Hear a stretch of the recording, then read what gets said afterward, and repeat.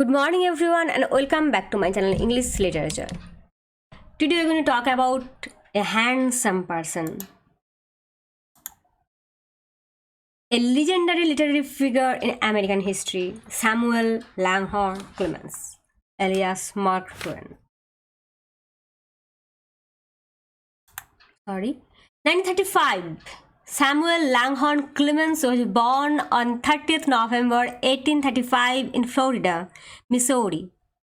At that time, Andrew Jackson was the President of United States.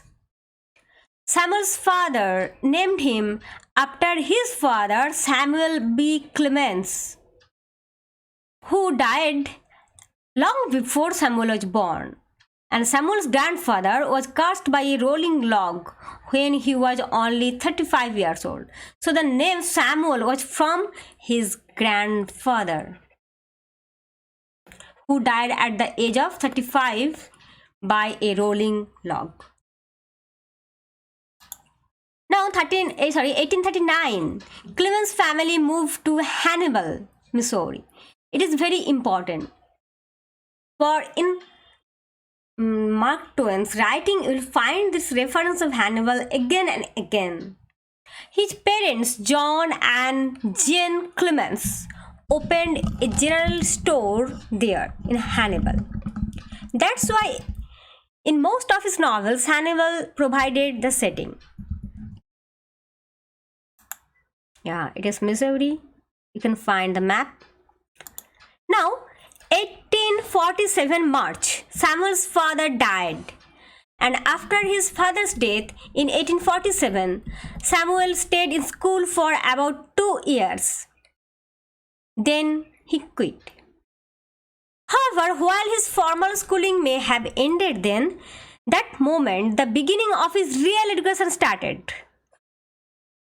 Throughout the rest of his life, he continued to learn, and he encountered with the world with a more practical glory, you can say, through the jobs he held, the people he got connected with, he get introduced with, and the newspaper, magazines he started editing and writing, and he obviously is traveling. Now, 1853, he began to work as an apprentice printer for several Hannibal newspapers. Later, he left this job as an apprentice and started working as a printer for the weekly paper of his brother. His brother's name is Orion, and that newspaper his brother was related to, that is Western Union. 1853, the same year, he went to New York, Philadelphia, Washington DC, Iowa, and during this time his writing career started. His short compositions like short stories and essays, pamphlets, humor were published in Philadelphia's Saturday Evening Post and Western Union. 1857-1861, February 16, 1857, he took the steamboat Paul Jones from Cincinnati to New Orleans. He planned to continue his trip to the Amazon, but finally he lived on the Mississippi River. And this Mississippi River is the fictional river of his novels like Huckleberry, Tom Sawyer.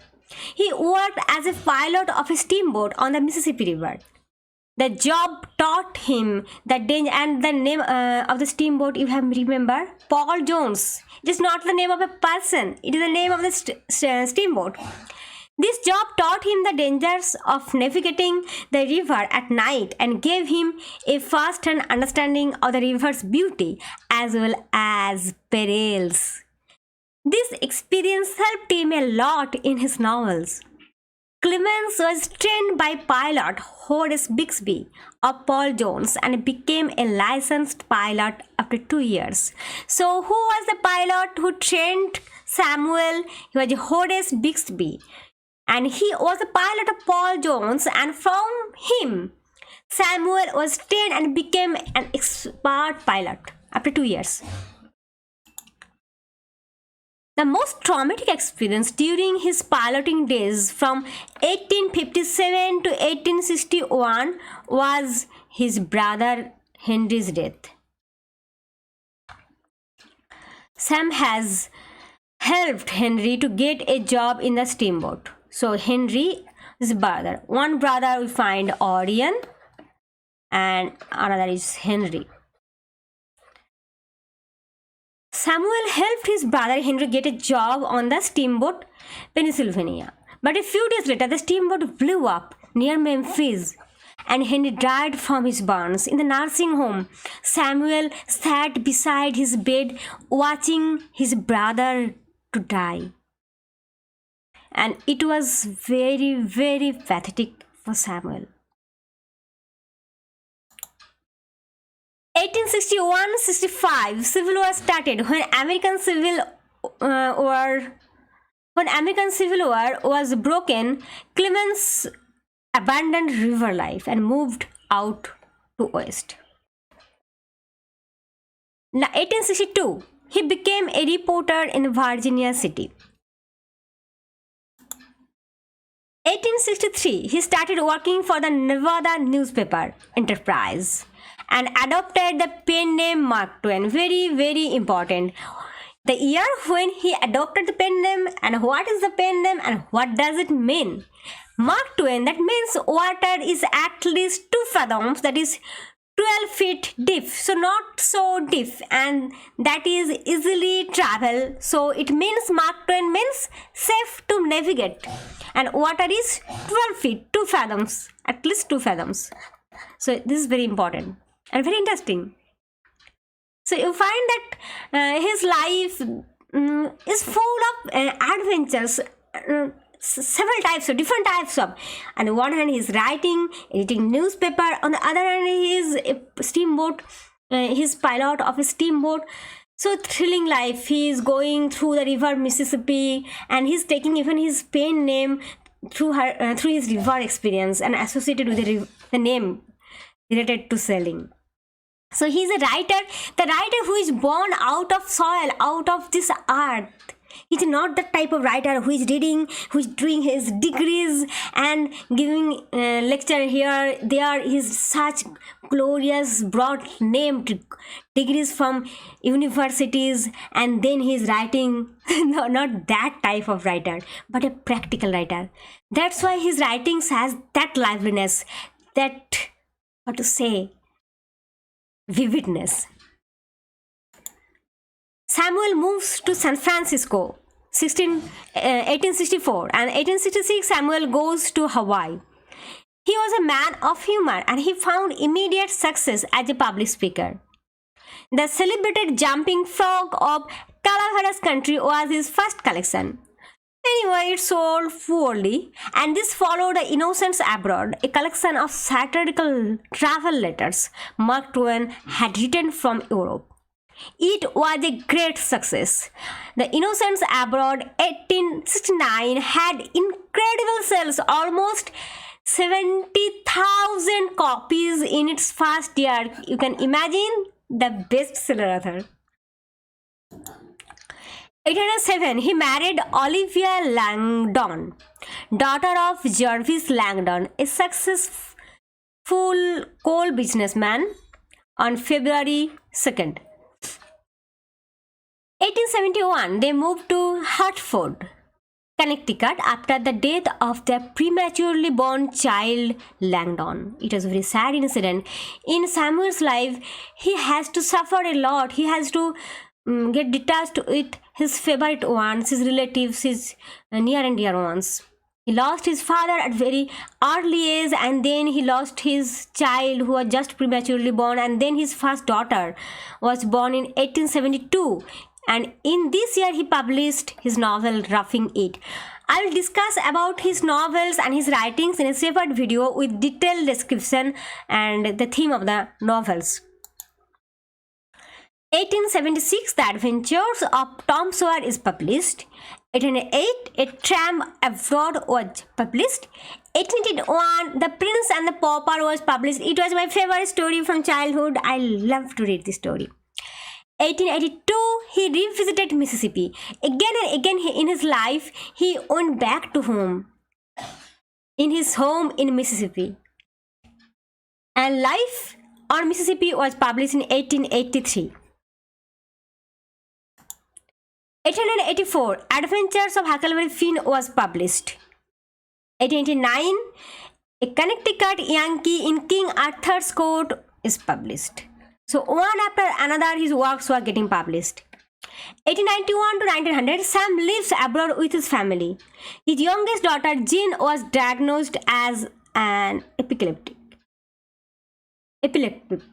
and his eldest daughter Susie died of meningitis. I have told you that his life was not just so easy while he and his wife were in Europe. So his youngest daughter Jean was diagnosed with epilepsy, and on the other hand his eldest daughter Susie died of meningitis, and his son Langhorne was born, and Langdon was prematurely born child, and he also died. So bad financial speculation left him bankrupt in the panic of 1893. His physical and emotional health also declined during this time. His literary production of these words was not so significant in comparison with his previous work. So this phase of his life was not good. It was very troublesome for him, struggling. 1894, Pudd'nhead, Wilson and Tom Sawyer Abroad was published. All these writings he started writing to pay back his debts. 1983-94, he went bankrupt during the Great Depression, the first Great Depression, not the second one. He went on writing several works to pay back his debts. 1895-96, Samuel undertakes an around the world lecture tour, and this lecture tour was also intended to pay back his debts. He always enjoys public speaking. 1896, Tom Sawyer Detective and Personal Reflection of Joan of Arc were published. 1897, Following the Equator is published. And you will find, when I will talk about this book in detail, you will find that every book is so voluminous. So he wrote much. 1900, Sam returns to the United States with his family. 1902, Sam received an invitation to come to Springfield, Missouri, to receive an honorary Doctor of Laws degree from the University of Missouri. This gave Sam one last final chance to revisit Missouri. On his way to the university, he visited Hannibal, and there he met all his old acquaintances. 1904, Olivia, his wife, dies. 1907, Samuel receives an honorary Oxford University degree. 1908, Samuel settles in Reading, Connecticut. By this time, he was meeting regularly with a young writer named Albert Bigelow Payne, who had won his approval to write his biography. So Samuel's biography was first written by Albert Bigelow Payne. On Payne's advice, he bought 248 acres outside Reading, Connecticut, 50 miles northeast of Manhattan, and built a house there, a property with 2-story building, 18 rooms, 2 streams with fish. And he named the house Stormfield. And you know, when I just read these lines, I feel, oh my God, such a fantastic house. His last book was published in his lifetime, Extract from Captain Stormfield's Visit to Heaven. So this Captain Stormfield, who is this Captain Stormfield? The owner of the house Stormfield. Now, another important incident. 1895, one of Samuel's favorite people late in his life, one of Samuel's favorite people late in his life was Helen Keller. So, a young Alabama woman whom he called the most marvelous person of her sex that has existed on this earth and since Joan of Arc. So, the first person is Joan of Arc, and the second is Helen Keller. And we all know about Helen Keller. We all read her stories, I think so. And Samuel met this person at the end, later part of his life, and when Helen Keller was only 14 years old. He first met Helen when she was only 14 and was charmed by her intelligence and sense of humor. He was also amazed as he could recognize a person. Helen Keller was blind and deaf at the same time. And there's a movie you can remember, by Rani Mukherjee, started by Rani Mukherjee and Amitabh Bachchan. He was also amazed that he could recognize a person. She could recognize a person just touching the person's finger. So this so much sensibility on her part, and he even practiced blindness by blindfolding himself, and in this way he also experienced some mishaps that he describes in his writings. Now, during his last years, he enjoyed writing maxims, and there you'll find in Google and in YouTube Mark Twain's maxim, Mark Twain's best quotes like this, and among them I like this quote: "Books are the liberated spirits of men, not women." Anyway, 1910, he died at his home on 21st April 1910. And thank you for staying with Mark Twain, and thank you for staying with me.